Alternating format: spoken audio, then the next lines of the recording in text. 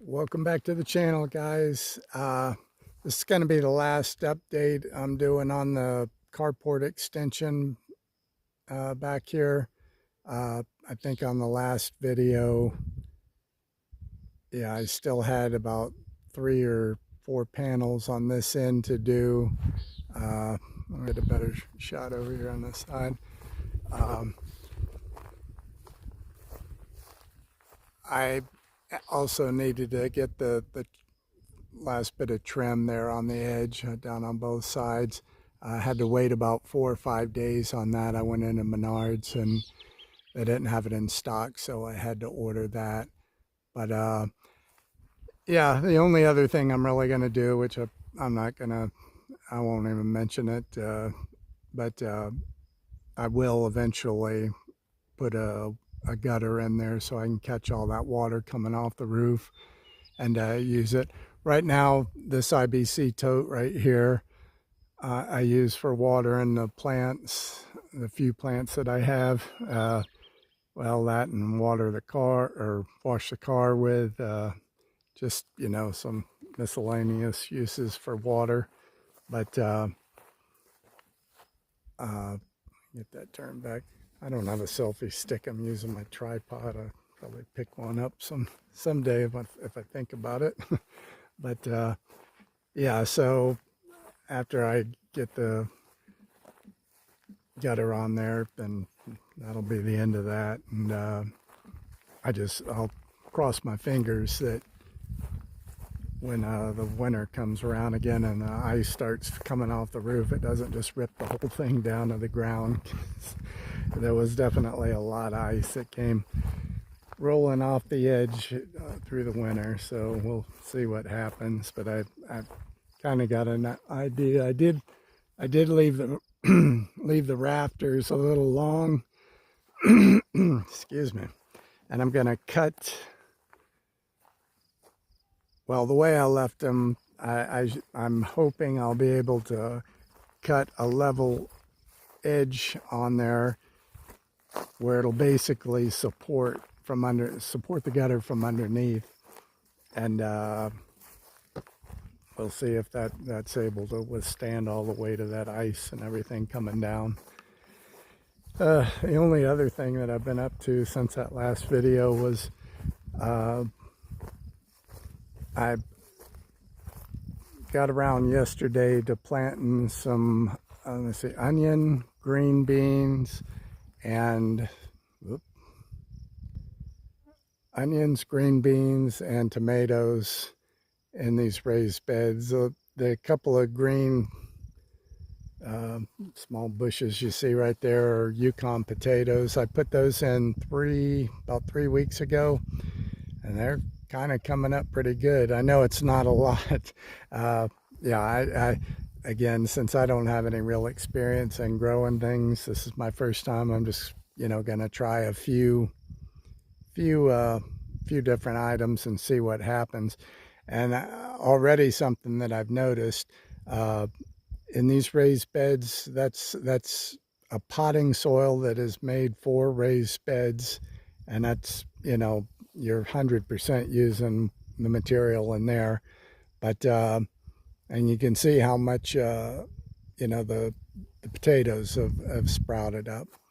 But up by the barn, I have a couple of 21-gallon tubs, and I put a different type of well, I'll call it a potting mix, but I want to say I didn't pay attention to the bag. You know, I saw it, thought it was going to be basically the same as the stuff that I put in the raised beds, and it wasn't. It says that you mix it into your natural soil. Well, what I've got here is kind of I'll say a mix of clay, sand, and rock. Not anything really good. So I put like 6 those starter potatoes into this tub up here. Same time as I put the other potatoes in the raised bed. and you saw the size of those bushes sprouting out. And I'll walk up here and show you there's only 2 small sprouts that even came out of the tub up here, and they I mean, they're like, the biggest one's about the size of my thumbnail, and the other ones, you know, you can barely even see it. So it may turn out that that stuff just doesn't work as good. In fact, I even put in some 10-10-10 fertilizer to see if that would make a difference. Whoa, I really got to get a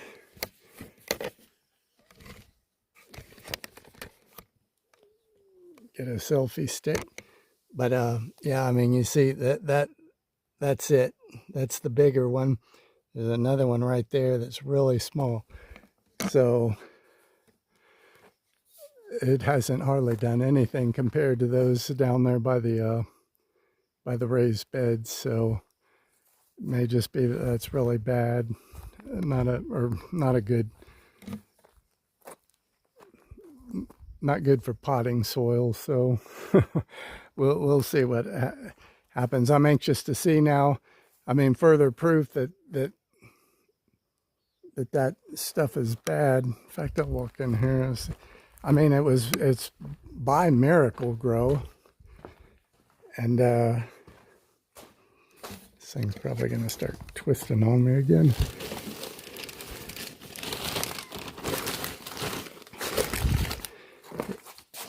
Yeah, garden soil for in-ground use.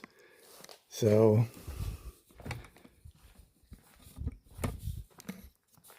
what I did was I mixed in some of the, you know, I took some soil from over here, kind of did like a 50-50 mix, and it hasn't produced well at all. So, you know, like I said, it happens. I had also, using that same, what may be bad stuff there, I tried 2 different times in just some plastic cups. I tried to start some tomatoes about a month ago, and nothing ever came up. So, like I say, I just put in those tomato seeds into the raised beds in that different soil yesterday, and I want to say it's 7 to 10 days, I think, for them to germinate. So if it starts growing up out of there, I'll know for next year. Don't even, you know, be sure I get the same stuff that I had you know, used in the raised beds, and don't fool with this stuff that is not producing worth a darn. So yeah, we'll give that a shot. But that's all that I really got going on right now. Today really showed me I need to get on the ball and you know, figure out what I'm going to do to have to stay cool inside the RV, because it was one day, like I said, today was 89 and it was hot, you know, very little breeze, and it got extremely hot in the inside the RV, which is inside the barn. And yeah, I gotta do something. I did buy 3 additional batteries to add to my solar system, and I have a swamp cooler, so I didn't bring it out and try it last night, because unlike what will be happening in July and August, you know, it gets hot. Once it gets hot in July and August, it doesn't really cool down at night, at least as of that's the way it was. I got out here in June, around June 1st of last year, and I want to say once we got into those hot, really hot days that sometimes hit 102 degrees, it wouldn't cool down at night. I mean, I was plenty of times. That, now that was okay. So when I first moved out here, I still had I didn't have the barn, so I had the RV out in the open. So if there was any kind of a breeze, you know, at least with the windows open, I could get a little bit of a breeze, but it was still a really hot breeze, and just it wasn't comfortable. So I had hoped that, you know, being inside the barn, the RV, you know, wouldn't be exposed to the sun's rays, and I didn't think it would get as hot in there. I mean, it was just literally like an oven, and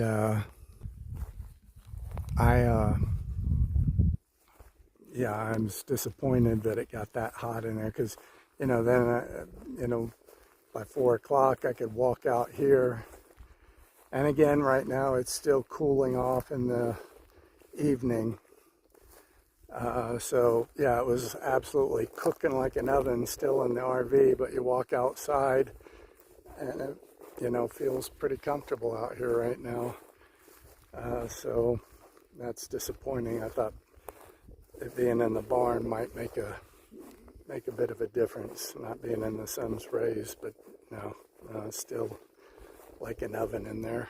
So I gotta, yeah, I need to, you know, once tomorrow, next several days are only gonna get into the 70s, and then at night, you know, it'll dip back down to like high 50s and everything, so that'll be real comfortable. But at some point I need to really test out my system, my solar system, and see if the 3 batteries I added will be enough to allow me to run that swamp cooler all through the night without getting any low battery alarms going off. And if it still isn't enough, then I'll order some more batteries and everything and add it to it. I mean, I've got 9 now, each 100 amp hours, so you would think 900 amp hours would be enough, you know, to basically run nothing but the swamp cooler. I mean, at night, you know, the lights aren't on. Well, it would be power in the refrigerator, but not much else. So I don't understand why, even with what I had before, even at 600 amp hours, I mean, they sit there and say you can run a small chest freezer on 100 amp hour battery, you know, because it's only pulling like 5 watts, I want to say. So, you know, you do the math on that, and yeah, it should run that chest freezer throughout the night without draining that battery down too low. But that doesn't seem to be the case. I mean, I have a 3,000 watt Renogy inverter, and I know that uses some power. Wow, the mosquitoes are, holy cow, they really just came out. I know that you take some energy, but yeah, I would have thought that even at 600 amp hours, that should have been enough. So I've added 3 more. I just haven't put it to the test yet, but we'll be finding out here real soon. So anyway, yeah, like I say, so that'd be about all the filming I'm going to do as far as dealing with the barn back here.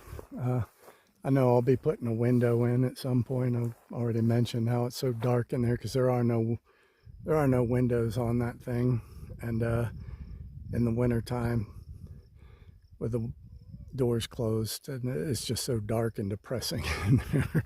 So I want at least one window in there to bring some natural light in before next winter rolls around. But anyway, I'm going to get out of here. These mosquitoes just came out and they're like just crazy thick. So you guys have a good evening, and I will talk to you later. Bye.